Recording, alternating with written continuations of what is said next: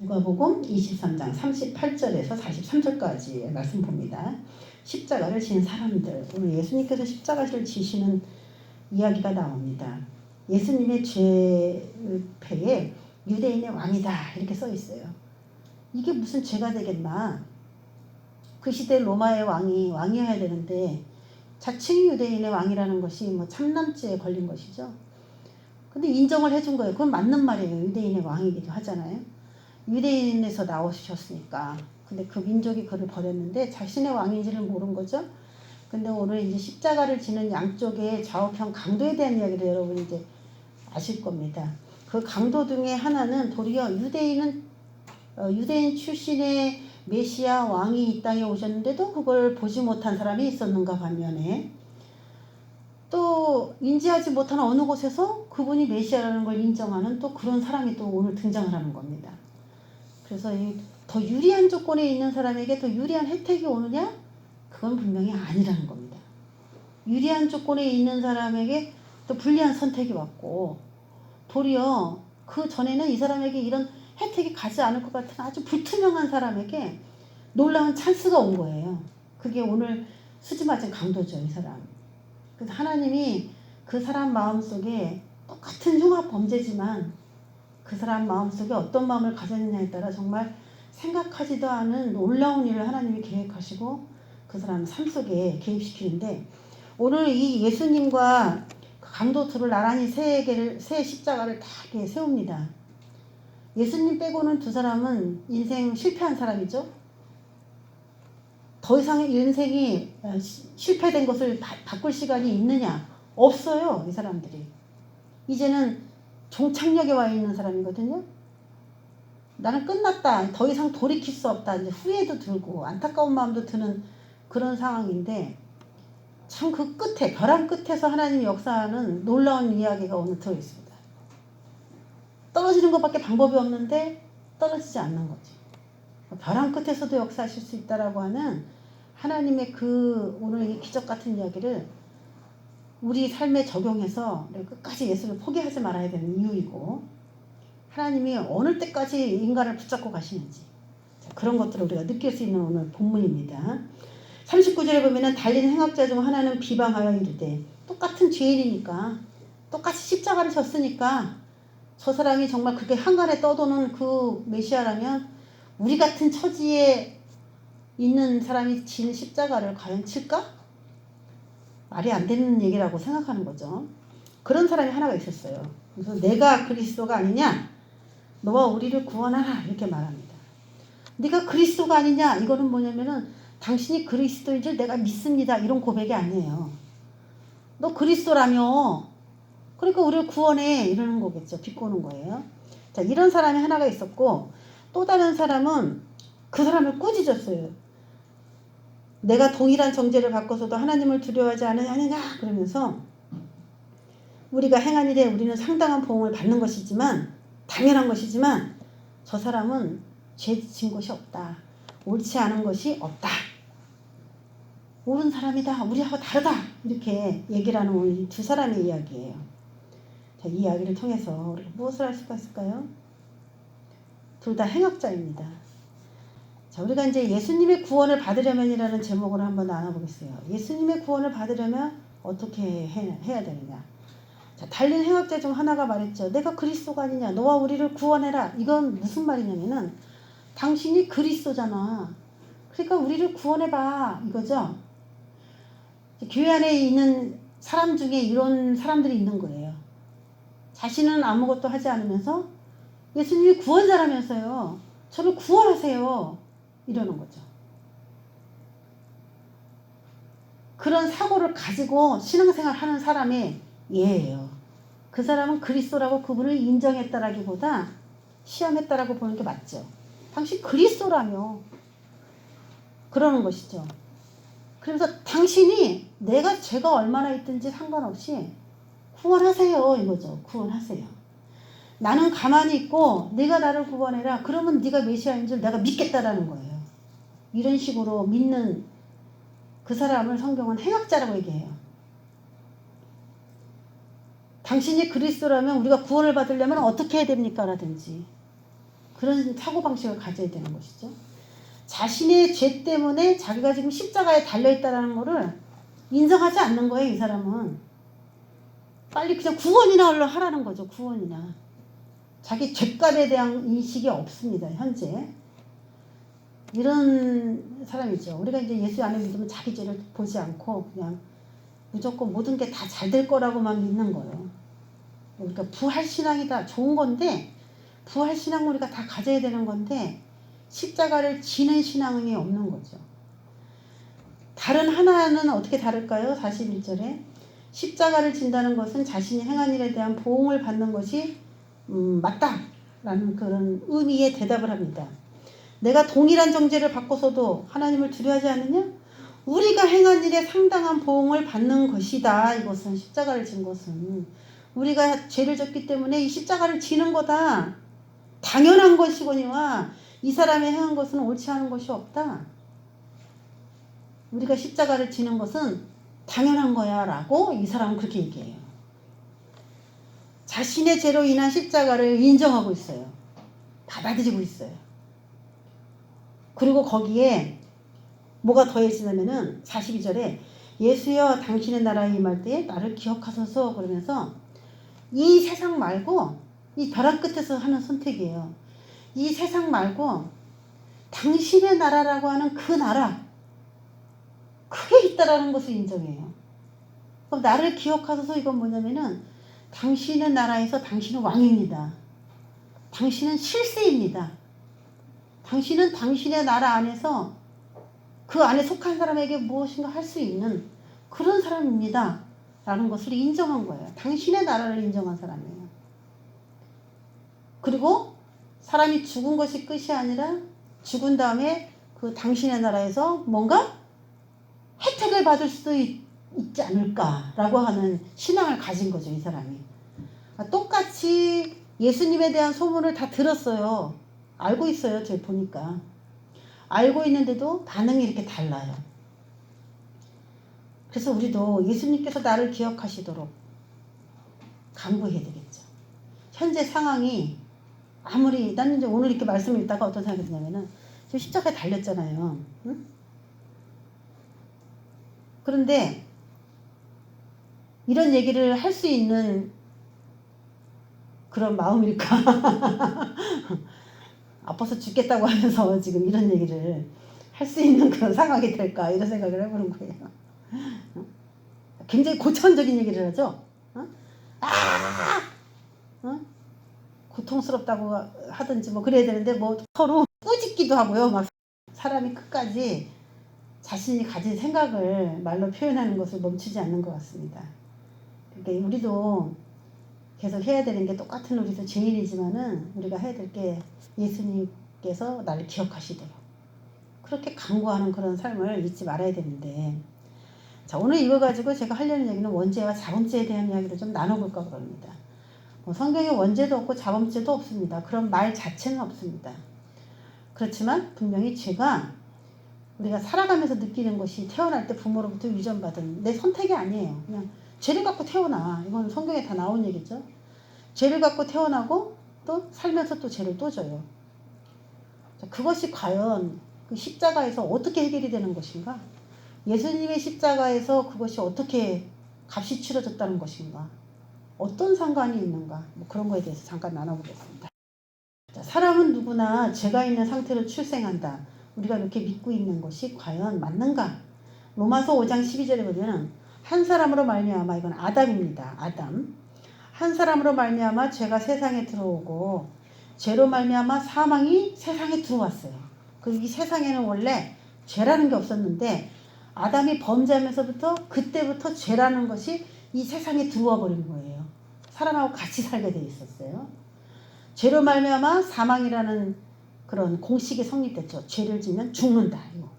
죄를 지면 죽는다. 그래서 모든 사람이 한 사람도 안 죽지 않고 다 죽는 거 보니까 사람들은 모두 다 죄인이라는 걸 알려주는 거죠.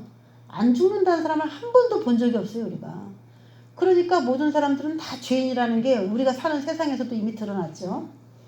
자, 이와 같이 모든 사람이 죄를 지었으므로 사망이 모든 사람에게 이르렀느니라. 예, 이게 우리가 살아가면서 날마다 보는 현상이에요. 이게 날마다 죽는 거야. 오늘은 누가 죽었습니다. 오늘은 누가 죽었습니다. 저한테도 문자가 무지 많이 와요. 누가 돌아가셨습니다. 이렇게 하고. 사망이 모든 사람에게 이르렀는데 거기다가 그러면은 한 사람으로 말하면 인간에게 죄가 들어온 상태로 우리가 응애하고 태어난단 말이에요. 그러면서 또 태어나자부터 선을 행하면 좋을 텐데 살아가면서 또 죄를 추구한단 말이죠. 우리가 다 그렇게 살아요. 의가 많으냐 죄가 많으냐 봤을 때 어떻게 사람이 의가 많겠습니까? 죄가 많겠지. 그래서 결론은 사람들 인생의 모든 결론은 최고형이라고 하는 법정 최고형인 이 십자가형의 모든 사람이 죽을 때까지 죄를 진 것까지 포함을 해버리면은 법정 최고형인 십자가형을 안 당할 수 있는 사람이 아무도 없는 거예요. 이 세상 사람들은 다 십자가에 매달려야 된다라고 하는 땅땅땅 그런 판결을 다 받을 수밖에 없는 겁니다. 이미 부모로부터 유전돼 갖고 내려온 그 죄 속에도 그 아담의 죄 더하기 그 후대 계속 몇천 년 동안에 낳고를 통해 가지고 내가 또 태어난 거기 때문에 이 축적된 유전자의 죄 있잖아요. 그것만 가지고서도 이미 십자가형이에요. 이미. 그래서 이 십자가형은 이 강도들의 이야기가 아니라 우리들의 이야기가 되는 겁니다. 이 십자가형을 받는 우리들의 이야기를 우리의 이야기랑 접목해서 어떻게 그들 중에 한 사람은 낙원으로 갔고 어떻게 그들 중에 한 사람은 낙원에 못 들어가게 그렇게 되었는가. 자, 이런 이야기를 우리가 한번 나눠봐야 됩니다. 자, 예수님의 십자가는 우리의 어떤 죄를 해결하셨을까? 한 구절에 아주 그 금쪽 같은 구절들이 있어요. 예수님의 십자가에서 이미 처리된 죄를 보면은 맨 밑에 보라색 글씨를 보세요. 이런 것이 없는 자는 맹인이다. 앞을 못 보는 자다. 멀리 보지 못하는 그런 자다. 그의 옛죄가 깨끗하게 된 것을 잊었느니라. 이 옛죄, 우리가 옛사람을 벗어버려라. 그거는 예수 믿기 바로 전에까지 생활했던 나의 삶 전체를 말하거든요. 옛죄. 그리고 예수 믿고 구세주로 그분을 영접하고 성령을 받으면서 그 사람은 새로운 사람이 되는 거고 그 전에 속한 모든 것들은 다 옛죄가 되고 옛사람이 되는 거죠. 그분을 인격적으로 새롭게 맞이하고 내 인생에 그분을 주인으로 모시는 그 순간 그 사람은 새로운 사람이 되는 것이고 그리고 이제 새로운 삶을 살아야 할 이유가 생긴 사람들이에요. 그전에는 하나님을 몰랐어요.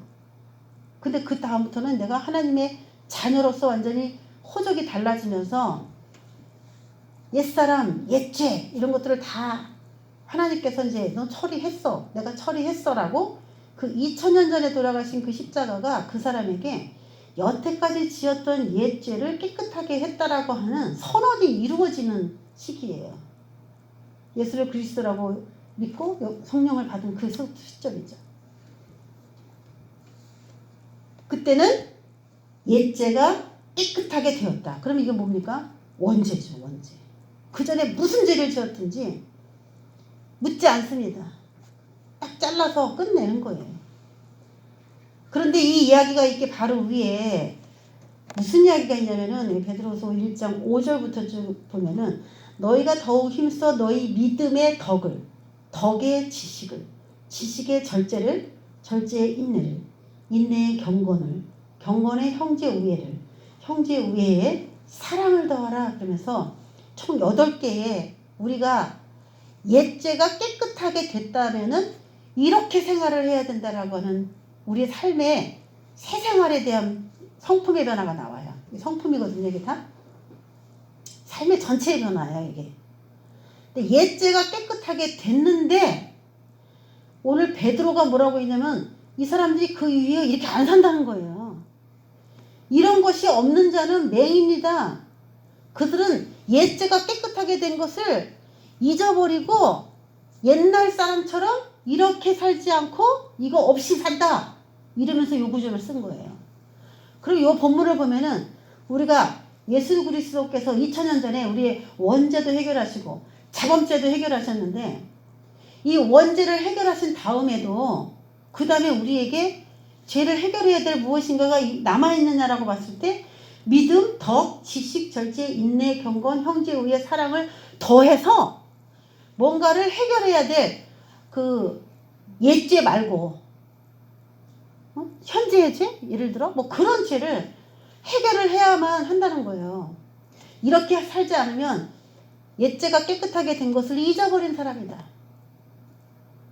그럼 거꾸로 말하면 이렇게 사는 사람은 옛죄가 깨끗하게 된 것을 알고 올바로 사는 사람이다. 이런 얘기가 되는 거예요.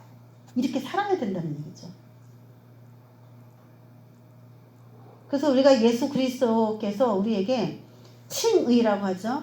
또 의롭다라고 하는 그 칭의의 그런 우리의 삶에 그런 감독이 될 때가 있어요. 내가 예수님을 정말 인격적으로 이렇게 내 죄가 사해졌다라고 하는 그런 느낌을 받는 때가 있어요. 그건 주님이 우리 마음속에 주시는 그런 선물이기 때문에 우리가 그걸 느낄 수 있어요. 내가 하나님의 자녀가 된 것을 내 스스로가 알아요. 그런 사람들은 이렇게 행동하게 된다는 겁니다. 그래서 대부분의 정말 믿음으로 살았다. 맨 처음에 시작이 믿음이잖아요. 믿음으로 내 그리스도를 믿었다 그러면 거기서 끝나는 게 아니라 거기다가 덕, 지식, 절제 이런 걸 막 계속 더해야 되거든요. 더하기, 더하기, 더하기, 더하기. 계속. 그리고 우리가 살아가는 인생 내내 이 옛 죄만 해결돼가지고 끝나면 안 되는 뭔가가 또 있다는 그런 얘기가 되는 것이죠. 그러면 우리가 이제 십자가를 받아들이기로 하고 그분의 은총이 우리 삶에 와서 옛 죄가 우리가 해결이 됐어요. 깨끗하게 해결이 됐어요. 그래서 이렇게 살아야 됩니다. 이렇게 살아야 되는데 그거에 대해서 또 증거하는 말씀들이 또 나옵니다. 회심 이후에 우리에게 각각의 십자가를 또 져야 된다. 그런 부분에 대해서 또 언급하는, 그거 아까 우리가 말한 거, 뭐 지식, 절제, 뭐 사랑의 형제 우애 이런 거 하기 쉽냐? 우리는 본질적으로 옛죄를 가지고 있을 때의 삶의 패턴으로 보자면은 그거 하기가 굉장히 어려운 사람들이에요. 지식, 절제, 형제 우애, 뭐 사랑, 그거 싫어하는 사람이에요, 우리는. 내가 손해보는 짓 하기 싫어해요. 형제 우애가 어딨어. 우리 빌라델피아 교회 빌라델피아 뜻이 형제 우애거든요. 형제 사랑이에요. 형제 사랑인데 이거 쉬운 거 아닙니다. 그런데 그걸 더 해야 된대. 그거 해야 된대. 사랑을 보다 다 더 해야 된대. 그것이 우리에게 보면은 왜 그것을 우리가 해야 되냐? 난 죄사함 받았는데 그걸 내가 왜 해야 되냐? 안 하고 살겠다. 이렇게 생각하기가 쉬운 거죠. 이기적으로 난 그냥 살 거야. 예수님 믿으니까 구원 받았으니까. 그런 사람들이 있을 거예요. 자, 베드로전서 2장 21절에 제가 이 구절을 찾아내려고 옛날에 이 구절을 이런 구절이 없나 하고 성경을 무지 뒤집어 찾고 했어요. 예수님께서 십자가에서 이루셔가지고 우리가 그냥 끝이 아니다. 그 이후에 우리가 져야 되는 그 십자가에 대해서 한 구절로 통쾌하게 해결할 수 있는 그 구절을 다 찾았어요. 그래서 찾은 게 이것만큼 확실한 게 없어요. 베드로전서 2장 21절. 그리스도도 너희를 위하여 고난을 받으사 너희에게 본을 끼쳐 그 자취를 따라오게 하려 하셨느니라. 그분이 십자가 졌으니까 우리는 아무것도 안 해도 되고 당신이 그리스도거든 우리를 구원하시오.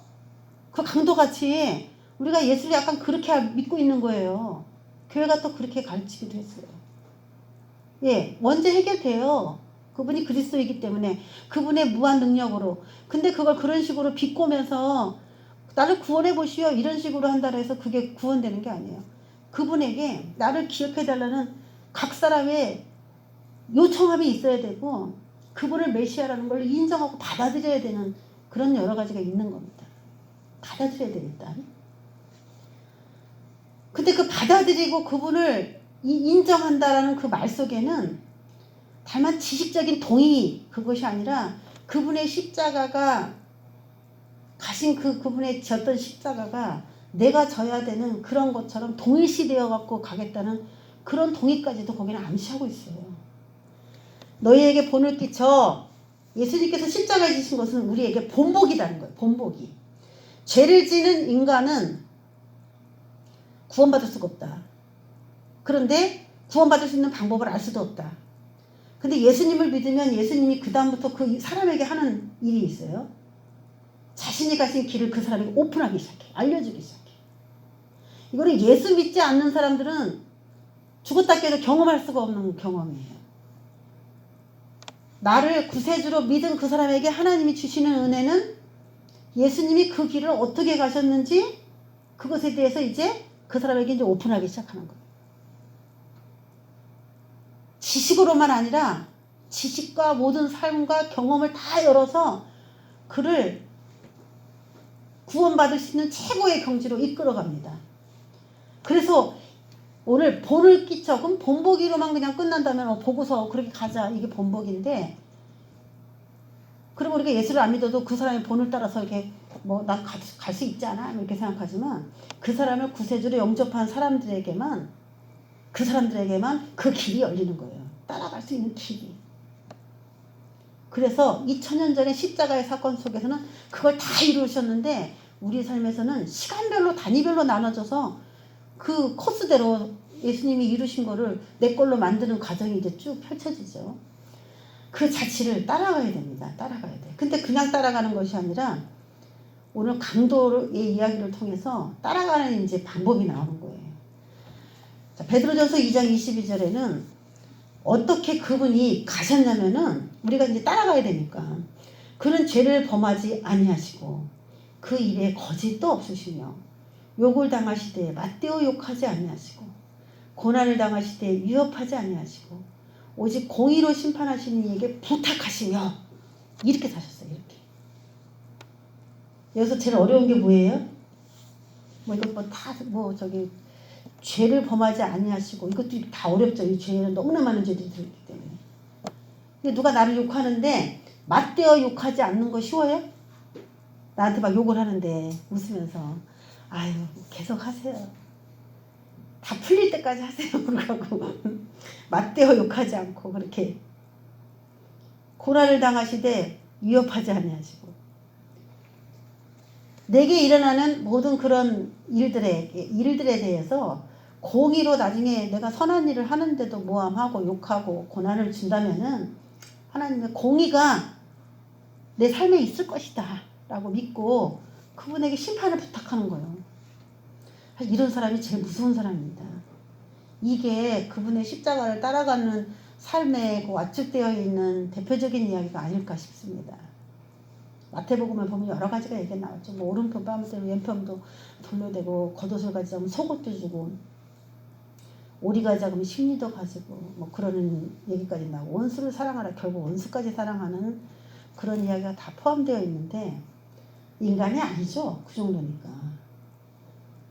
그런데 우리가 할 수 있는 게 아니라 그분에게 나를 기억해 주세요. 나를 긍휼히 여겨주세요. 라고 요청하는 그 사람에게 길을 열어준다는 거. 그분이 하시는 그 유일한 구원의 길이 있다는 거. 그게 인간에게 혜택이 된다는 거. 그게 우리에게 힘을 주는 거죠. 우리에게 또 해봐. 이렇게 하고서 팔짱 끼고 계신 분이 아니라 시작부터 끝까지 그분이 다 이끌어 간다는 거. 그게 우리에게 은혜가 되는 겁니다.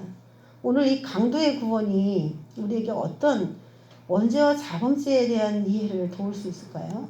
자, 강도의 구원을 보면은 저 의로운 행악자는 자신의 죄를 인정하는 자기 십자가를 이미 지고 매달려 있어요. 지금 현재. 이거 누구 십자가냐면 자기 십자가예요. 그 강도 자신의 십자가를 지금 자기가 지고 있어요. 이 사람은. 이걸 다른 말로 얘기하면 자기 죄값을 받는 중이죠. 자기가 그 나라에 반대하는 어떤 그런 일을 해서 당신 십자가형 땅땅땅 해갖고 이제 십자가형을 받은 거예요. 이거는 자기 죄값을 값을 치르기 위해서 지금 받고 있는 중이에요. 그런데 더해져서 예수 그리스도를 부활의 나라 권위자로 메시아로 인정하고 자기 부활의 때 자기를 돌봐달라고 요청하는 것이죠. 이게 굉장히 중요한 게 있는데 그래서 예수님께서 오늘 내가 나와 함께 낙원에 있으리라 그렇게 얘기를 해주셨거든요. 요 얘기를 정리해보면은 모든 사람은 강도처럼 십자가형으로 자기 죄값이 치러져도 결국에는 어떻게 돼? 영벌이에요. 이렇게 인간은 이렇게 결론이 나 있어요. 지금 이 두 강도가 매달렸는데 한 사람은 의롭고 한 사람은 불의하기 전에 두 사람은 다 두 행악자였어요. 두 행악자. 그 사회에서 행악자였어요. 마음이 한 사람이 착하고 한 사람이 악하고 그 십자가를 지는 마음 태도가 서로 다르다 할지라도 이 두 사람이 예수님을 만나기 전에 이미 십자가를 형을 당하고 있었고 자기 죄값의 형벌을 다 치르면서도 다 치렀어요. 둘 다. 십자가를 졌으니까 자기 죄값 치렀죠. 둘 다. 그런데도 죽으면 어디 가요? 이 사람이. 영벌에 간다고.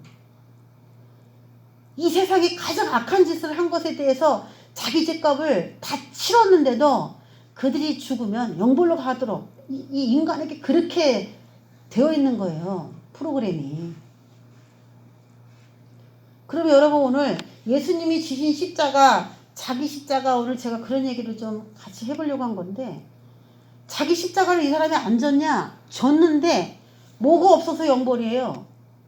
예수님의 십자가가 없어서 영벌이 된 거죠. 이 의로운 강도는. 예수님 만나기 바로 전까지는. 우리도 이제 죄를 저지르고 감옥 가서 뭐 사형도 받는 사람도 있고 뭐 무기징역 받는 사람도 있고 여러 사람이 있어요. 다 있는데 그 사람이 여기서 사회생활에서는 뭐 30년 살고 감옥에서는 40년 살다가 죽어도 죄값을 충분히 치른 것이라고 볼 수 있죠. 30년 살고 감옥에서 40년 살면은 여기서 산 인생보다 더 살았으니까 감옥에서. 그럼 그 사람이 죽으면은 어디 가야 돼요?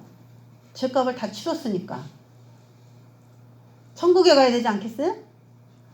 그런데 모든 인간은 죄인이고 이 죄가 태어날 때 유전되어 내려오는 이 죄 때문에요. 살아서 아무리 그거 자기가 저지른 죄에 대해 대가를 감옥에서 받아도 그 사람은 영벌이 되는 거예요. 그 원리를 여러분 아시기 바랍니다.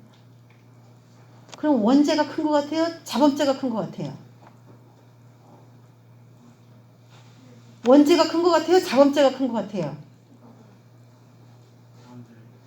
내가 자범죄를 평생 살아오면서 지은 죄를 감옥에서 다 해결했어. 죄값을 다 치렀어. 그래도 내가 예수님으로부터 죄사함을 받지 않았어. 그래서 옛죄가 깨끗하게 되지 못했어요. 그러면 그 사람은 어디 가요? 영벌에 가잖아요. 그렇죠? 그러면 인간으로서 태어나가지고 제일 먼저 해결받아야 될 죄가 뭐냐면은 원죄인 것이죠. 자범죄를 먼저 해결하고 자범죄를 해결했으니까 나는 됐다 이렇게 말하기에는 그 사람의 원죄가 워낙 너무 많다는 것이죠. 몇천 년 동안 내려온 죄를 유전자 속에 갖고 있다고 생각해 보시면 편해요. 내 죄는 내 죄일 뿐인데 내가 죄를 짓게 하는 원인은 어디서 나오냐면은 그 오랜 유전자 속에서 내 안에 내장되어 있는 프로그램대로 내가 살아가다 보니까 이 자범죄가 사람마다 다 틀린 겁니다. 나는 그 내 안에 갖고 있는 그 원죄의 영향력으로부터 행사할 뿐인 것이지 이 땅에서. 근데 그것이 내 영 안에 뿌리 박혀 있는 것이기 때문에 어떤 영이 와가지고 그 뿌리 박힌 그 죄를 유전자 변형을 일으키게 하지 않으면은 우리 영 속에 박혀 있는 그 죄의 유전자는 그냥 죄를 계속 만들어내요 우리 안에서. 그래서 어떤 영이 오셔서 우리 안에 뿌리 박힌 그 죄를 짓게 하는 그 영을 이렇게 초토화시키고 무력화시켜야만 그래야 살아가는 동안에 그 죄를 축소할 수도 있고 뭔가 죄에 대한 인식이 이제 일어나게 되는 것이죠. 이 보라색 글씨를 여러분 이해하셔야 됩니다. 모든 사람은 강도처럼 십자가형으로 자기 죄값이 다 치러져도 결국 죽으면 영벌이다. 이게 인간에게 주어진 운명이에요. 이게. 그런데 오늘 이 타이밍에 바뀌어진 게 뭐가 있냐. 둘 다 영벌 갈 사람이었어. 강도가. 그런데 달라진 것은 예수님의 십자가가 죄인에게 적용되고 그 죄인이 그것을 아멘 하고 받아들이면 어떤 극악무도한 죄인도 십자가형은 가장 큰 최고형이기 때문에 어떤 죄인도 그때부터는 낙원이 허락된다는 겁니다. 낙원.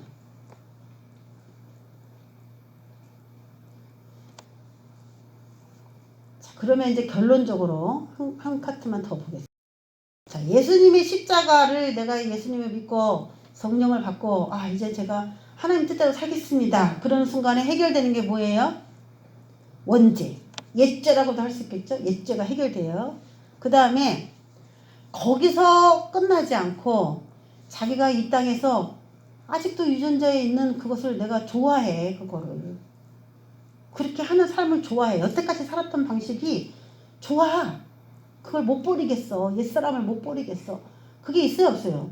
예수 믿어도 담배 피우고 예수 믿어도 술 먹고 예수 믿어도 미워하고 예수 믿어도 짜증내고 예수 믿어도 분노 일으키고 사기치고 등치고 다 할 수가 있어요. 하는 사람이 있어요. 예수 믿기 전하고 직업도 다 바꾸고 다 바꿔야 되는데 잘 안 바꿔요. 바꿔도 몇 가지만 바꾸지 다 바꾸시진 않아요. 그게 습관 속에 우리가 배있기 때문에 그렇습니다. 그런데 그 자기 십자가라고 하는 그것은 그날 그 원죄가 사함받으면서 이제 그 영이 그 사람 안에 있는 그 영이 그 사람에게 죄를 인식시켜주고 그 죄를 끊을 수 있도록 도와주는데 거기에 우리가 협력을 해야 됩니다. 그러기 위해서 우리가 이제 훈련을 받는 것이죠. 그래서 그걸 우리가 자기 십자가다 이렇게 얘기를 할 수가 있는 겁니다. 오늘 강도를 통해서 우리는 자기 십자가가 뭔지를 좀 잘 알았으면 좋겠어요. 강도를 통해서. 자기가 지은 죄에 대해서 그것이 아무리 유전적으로 내려왔다 할지라도 자기가 살아가면서 지은 죄에 대해서 자기가 값을 치르는 행위예요. 그것이 이제 자범죄라고 볼 수가 있습니다. 그러면 뭐가 온다? 낙원. 오늘은 이렇게 뭐 산수처럼 나와. 그쵸? 이거하고 이거하고 더하면 이거 이런 식으로. 그러면 낙원이 오는 거예요. 그러면 예수님의 십자가만 믿고 자기 십자가 지는 것을 싫어하는 사람들, 마음에 안 들면 그냥 다 자기 맘대로 해요. 요즘에는 뭐 그리스도인인지 그리스도인이 아닌지 구별을 잘 못할 정도로 사는 게 그냥 비슷비슷해요. 그냥 싫으면 그냥 그게 지기 싫은 거지. 내가 저 사람을 위해서 수고하고 내가 저 사람을 위해서 뭐 하는 거 싫어하는 거지. 그렇게 없으면 어떻게 될까요? 베드로후서 2장 20절에 보면은 그들이 우리 주 되신 구주 예수 그리스도를 알므로 알아요. 이 사람이 이미 그리스도를 압니다. 알므로 세상의 더러움을 피한 후에 씻었어요. 씻은 후에 다시 구중에 얽매이고 지면 옛생활로 다시 돌아가는 거죠. 자기 십자가를 지는 게 무겁고 싫고 그것이 자기 죄값이라고 인식하고 싶지도 않은 거야. 아까 그 강도처럼. 나를 구원하시오. 이건 내가 지금 져야 되지도 않은 건데 이게 내가 오늘 여기에 달렸습니다. 당신은 그리스도니까 날 구원하시오 이거죠. 자기가 당연한 것이거늘 당연하거니와 이렇게 얘기를 하는 강도가 있는가 하면 이걸 치워달라는 거지. 아직도 자기 죄에 대한 인식이 없는 거죠. 그 강도가. 우리 주 되신 구주 예수 그리스도를 알므로 믿고 세상의 더러움을 피한 후에 다시 그 중에 얽매이고 치면 예수님의 은혜만 구원받았다고 철수같이 믿고 있는데 행동은 전혀 그렇지 않고 세상에 다시 구르면서 그렇게 살아가는 것을 말하죠. 그걸 졌다라고 얘기하죠. 그 나중 형편이 처음보다 더 심해지는 결론이 옵니다. 이걸 알아야 돼요. 지금 오늘 그 강도 2명 중에 한 명은 좋은 걸 선택했죠. 인생의 낭떠러지 벼랑에서 그걸 선택했어요. 예수를 붙잡았어요. 그래서 예수님이 합격, 너는 오늘 나와 함께 낙원에 있을 거야 그랬어요. 근데 한 사람의 그 강도는 그거를 거부했어요. 자기 죄를 자기가 오늘 형벌을 받고 어차피 받을 거야 그거. 누가 풀어주지도 않아요. 자기 십자가. 풀어주지도 않는 그 십자가에 달렸는데도 거기서 자기를 구원하려는 거예요. 그 나중 형편이 처음보다 더 심하다. 이 처음은 어디를 말할까요? 예수를 믿어서 원죄까지는 해결된다는 얘기를 할까요? 아니면 그 원죄가 해결받은 그 처음을 말할까요? 그 전을 말할까요? 원죄가 해결되기 그 전에, 믿기도 전의 상태에, 그 상태보다도 더 심하게 된다는 거예요. 그러면 자범죄를 우리가 무시할 수 있느냐? 무시할 수 있다는 거예요? 없다는 거예요? 여기서 무시할 수 없다는 거죠. 자기 십자가는 선택이 아니라요, 져도 되고 안 져도 되는 게 아니라요, 반드시 져야 되는 것입니다. 원죄를 받아서 이제는 원죄보다 못한 자범죄를 해결하는 거, 뭐 그날 뭐 씻으면서 가는 거 쉬워라고 생각을 하더라도, 이 자범죄 해소하는 거에 대해서 내가 날마다 자기 십자가를 지는 거에 대해서 인식하고 그 부분에 대해서 민감하게 반응하지는 못하고 마치 다 해결받은 것처럼 그렇게 죄 가운데서 다시 들어가 살면은 예수님께서 주신 그 원죄의 은총까지도 없어져 버릴 수도 있는 우리 삶에 참 그런 거예요. 그래서 이 사람은, 한 사람은 자기 십자가를 진 사람이고, 그리고 예수 그리스도를 통하여 낙원이 허락받은 그런 사람이 되는 거고, 한 사람은 자기 십자가를 전 않는데도 불평하면서 거기서 자기를 구원하라고 외치는 사람이죠. 지금 우리가 왜 내가 이렇게 살아야 되고, 왜 내가 이렇게 훈련이 길고, 왜 내가 이렇게 고생 안 해도 되는데 고생을 하게 되는 걸까? 이렇게 생각하는 사람은 자신이 죄가 없는 의인이라고 생각하기 때문에 그런 거겠죠. 왜냐면은 피해 당한다고 생각하잖아요. 저 사람 때문에 내가 피해 당한다. 뭐 그런 의식이 우리가 있을 수가 있는데, 오늘 이 말씀을 통해서 본다면은 우리가 세상 살아가면서 만나는 사람, 하는 일, 여러 가지 그런 게 많은데, 우리가 사실 태어나가지고 어떤 죄가 얼마만큼 있었는지 우리 스스로가 그걸 다 알까? 라고 생각하는데 몰라요. 우리 스스로가 다. 예수를 믿기 전에 또 엄청난 많은 죄를 짓고 살았을 텐데, 얼마나 많은 사람들에게 마음의 상처를 줬는지 우리가 다 모릅니다. 나 자신을.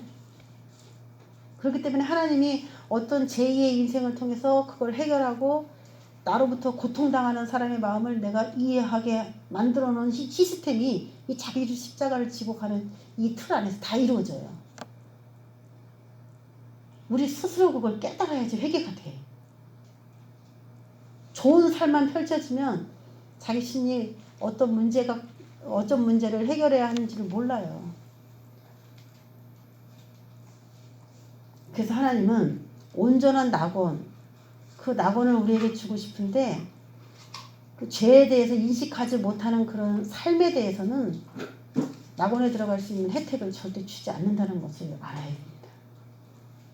그래서 우리 기독교가 참 우려스러운 게, 예수를 믿으니까 다 된 것처럼 방심해버릴 때, 내가 이 정도 기도했으니까 이제부터는 괜찮겠지라고 뭐 마치 자가 다 된 것처럼 느껴질 때 그 사람은 가장 위험한 사람이 아닐까. 사는 동안 죄가 은폐되고 감춰지는 것이 은혜가 아니라 수치가 되어도 죄값이 치러지는 것이 은혜의 시작이라는 걸 알아야 됩니다. 왜 하나님은 나를 창피하게 이런 거를 다 드러내, 내 예수 믿는 사람이라는 거 아는데 하나님 얼굴에 먹칠하게 왜 내 죄를 이렇게 막 다 드러내세요? 하나님 너무하세요. 그렇게 생각이 드는데, 그렇게 되면은 이 죄 문제가 이 땅에서 해결되지 않은 상태로 우리는 공의의 심판자 앞에 서게 됩니다. 그러니까 그분이 우리를 정말 사랑하시기 때문에 이 땅에 살아가는 동안 내가 얼마나 죄인인 것을 내 스스로 발견하게 되고 그거를 해결하기 위하여 싸우는 그 싸움을 내 스스로 자각하고 할 수 있어야 돼요. 그래서 수치가 되더라도 내가 지은 죄가 얼마나 무서운 죄인지 주님이 경험을 하게 해줘야, 그래야 우리는 바뀌게 되어 있습니다.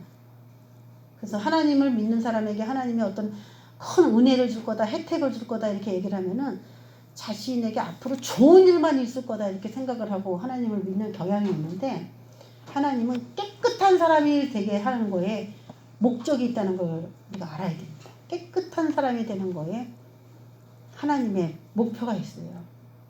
그래야 하나님이 우리에게 낙원을 줄 수 있습니다. 올해가 이제 우리가 새하늘과 새 땅이잖아요. 우리 목표가.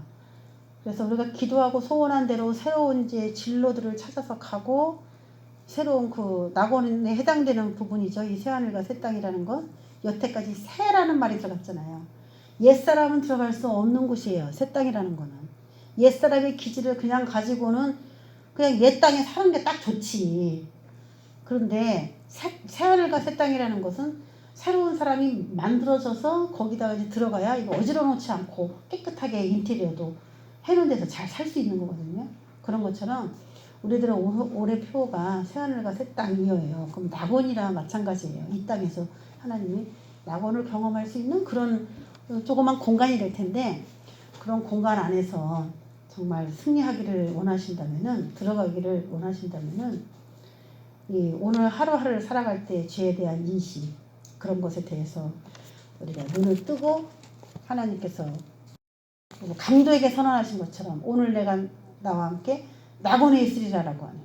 실제로 몸이 거기 낙원에 가서 오늘 내가 낙원에 있는 게 아니고 내가 낙원에 갈 수 있는 상태가 됐다는 선언입니다. 이 선언은. 할렐루야. 이해가 되셔요? 낙원에 오늘 가는 거의 목적이 아니고 네가 그럴 조건을 가졌다라는 게 그게 오늘 포인트인 겁니다. 그 조건을 우리가 이 세상에 살아가면서 갖췄냐라는 거예요. 자, 오늘 십자가를 지은 사람들 어떻게 보면 고생하는 사람들처럼 보입니다만은 오늘 이 말씀을 통해서 보니까 하나님께서 희고 깨끗하고 거룩하고 그렇게 만드는 사람들이고 거기에 자발적 동조하는 사람들이죠. 자, 우리도 오늘 이 말씀 따라서 하나님, 우리가 죄가 없다고 하는 사람은 아무도 없을 겁니다. 만약에 여기 살아가는 사람 중에 내가 네 죄를 드러낼 거야 그러면 어머머머 내 죄를 다 드러냈네 이렇게 얘기 안 하고 괜찮아요 당당하게 제 죄를 드러내세요 저는 뭐 100% 깨끗해요 이렇게 말할 수 있는 사람 여기 있어요 없어요? 없죠. 그러니까 다른 사람의 죄가 폭로되고 드러나는 것도 너무 막 그렇게 큰 죄를 그 사람이 혼자 가진 것처럼 그렇게 반응하는 자세도 우리의 자세로서는 옳지 않다는 것입니다. 보듬어주고 그 사람이 그 죄에서 놓일 수 있도록 서로 그렇게 협력하는 아름다운 그 하나님 사랑과 십자가가 하나님 사랑과 이웃 사랑을 크로스하는 거잖아요. 그걸 실천하는 저와 여러분 되시길 주의 이름으로 축원합니다. 기도하겠습니다. 하나님 아버지, 원죄도 해결할 수 없고 자범죄도 해결할 수 없고 낙원에 갈 수도 없는 두 강도가 오늘 완전히 운명을 달리하면서 그들의 인생이 변화가 됐습니다. 하나님 아버지, 우리의 모든 죄를 우리의 일생을 살아가는 동안에 예수님과 함께 동행하면서 해결하게 하신 거 감사드립니다. 죄 짓고 있는 것이 있다면 창피하더라도 다 드러나야 됩니다. 그래서 결국 옳은 사람이 되는 것, 그것을 우리가 기도해 봅니다.